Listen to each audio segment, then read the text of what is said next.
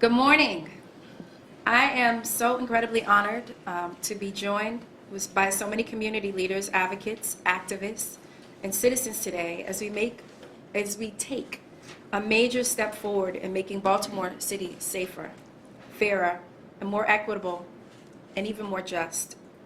I'm joined by Joe Jones, the Executive Director of the Center for Urban Families, Devontae Williams-L., also from the Center for Urban Families, Dana Shelley, Executive Director of the ACLU, American Civil Liberties Union of Maryland, Olivia Nagel, Director of the Marijuana Policy Project, Davon Love, representing Leaders of a Beautiful Struggle, Nicole Mundell from Out for Justice, and last but certainly not least, members of my team, my Chief Deputy, Michael Schatzow, Chief Counsel, Antonio Joya, my Chief of Administration, Camille Blakefall, my Chief of External Affairs, Nicole Harris-Crest, Deputy of Major Crimes, Patricia DeMayo, Deputy of Operations, Val DeRicks, Deputy of Criminal Intelligence, Janice Bledsoe, and a special sort of recognition for my policy and legislative team, both Sierra Huff, as well as Jennifer Haslam, and Dorian Walker from Crime Control and Prevention. It's especially poignant and special to me that we are here at the Center for Urban Families, not only because of the incredible work that Joe and his team leads here, but also because back in 2015, when we launched our piloted Aim to Be More Diversion initiative at this very site, the Center for Urban Families and the STRIVE program were one of our first partners, as we made an affirmative statement that the Baltimore City State's Attorney's Office was making an investment in giving deserving individuals a second chance to reclaim their destiny and to become meaningful contributors to their communities and to their families. I'm happy to report that to date, participants in the Aim to Be More Diversion program are doing exceptionally well. And the program is remarkable in that its success rate is one in which the recidivism rate of the AIM participants is 32%, well below the national average of 68%. And to date, 98% of AIM graduates have full-time employment. This is not only a success for the state's attorney's office, this is a win for the citizens of Baltimore and the families in every corner of this city. When people can't meet their basic needs, we are all less safe because of it, which is why ensuring productive citizens is what public safety is all about and what public safety really looks like. When I created the Control and Prevention Division within my office and launched the Aim to Be More Diversion program, I did so because I believed that we could and we had to do so much more to make the criminal justice system work for every community in this city. As the Chief Prosecutor of Baltimore, I recognize that I not only have a duty to uphold public safety, but I also have a duty to advance a more fair, equitable, and just criminal justice system for the communities that I serve. And so today, consistent with my pledge to secure justice over convictions, I'm announcing a monumental shift in public policy as it relates to marijuana possession in the city of Baltimore.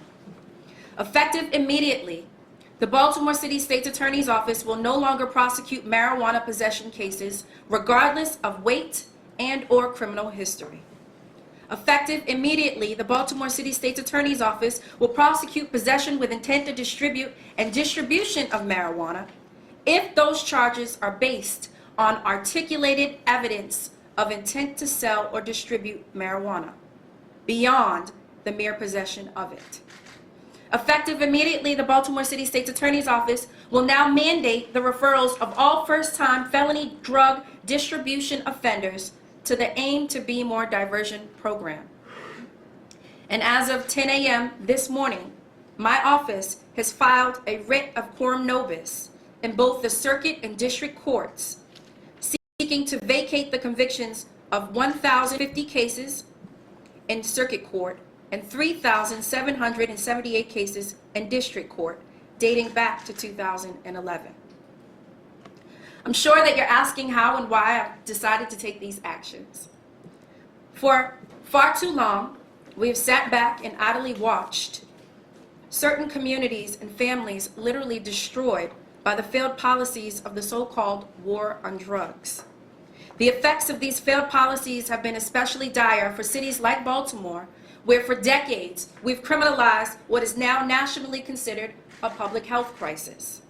The statistics are damning when it comes to the disproportionate impact that the war on drugs has had on communities of color. As your state's attorney, I pledge to institute change and refuse to stand by and be a facilitator of injustice and inequity when it is clear that we can be so much smarter and do so much more on behalf of the people that we serve. As a chief prosecutor, my job is to look at the system as a whole and ask myself the most basic yet most critical questions. Are the things we're doing making our city safer? And/or are the things we're doing making the justice system more fair? When I ask myself, is the enforcement and prosecution of marijuana possession making us safer as a city? The answer is emphatically no. There is no public safety value in prosecuting marijuana possession. Furthermore, there is no link between marijuana possession and violent crime, as is illustrated by more than half of the states across this nation that have now legalized marijuana in some form, and yet violent crime has not risen. In 2017, in our city, there were over 343 homicides, with a year-end clearance rate of 31%. Last year, there were 316 homicides, with a 26 year-end clearance rate, 26%. No one who is serious about public safety can honestly say that spending resources to jail people for marijuana is a good use for our limited time and money. If you don't believe me, ask a mother who has lost her son to gun violence whether she wants law enforcement to spend their time and their resources prosecuting her son's killer, or whether she would rather us spend our time and our resources on jailing individuals in possession of marijuana. Law enforcement pays a steep cost in the form of public trust when we spend resources on jailing people for marijuana, yet simultaneously fail to solve and successfully prosecute homicides. Further exacerbating the distrust of communities of color throughout this city is the disparate enforcement versus the non-disparate use of marijuana. Prior to the decriminalization of marijuana, the ACLU reported that in 2010, Maryland was the fourth highest in the nation for possession of marijuana arrests. Back then, black people only comprised 30% of the state's population and 58% of those arrested for possession of marijuana, with the largest rate of disparity in enforcement being that in Baltimore City. So in 2010, black people on average were almost 4 times more likely to be arrested for marijuana possession across the United States. However, in the city of Baltimore, you were almost 6 times more likely to be arrested for marijuana possession. Unfortunately, since the decriminalization of less than 10 grams of marijuana, these racial disparities in enforcement still exist. Illustrative of this fact is the ACLU data, which proclaims that in 2015, 89% of all civil citations issued by the Baltimore Police Department were given to black people. In 2016, 94% of the citations issued were given to black people. In 2017, 95% of the citations issued were issued to black people. And most shockingly, the Western District, which is not only 95% black, but disproportionately impoverished and represents only one of 9 police districts, received 42% of all civil citations issued throughout the city. So even though white and black residents use marijuana at roughly the same rates, marijuana laws have been and continue to be disproportionately enforced against people of color in this city, which is the basis for our motion to vacate the convictions of nearly 5,000 individuals who have been collaterally impacted socially, economically, and politically debilitated by the discriminatory enforcement of these marijuana laws.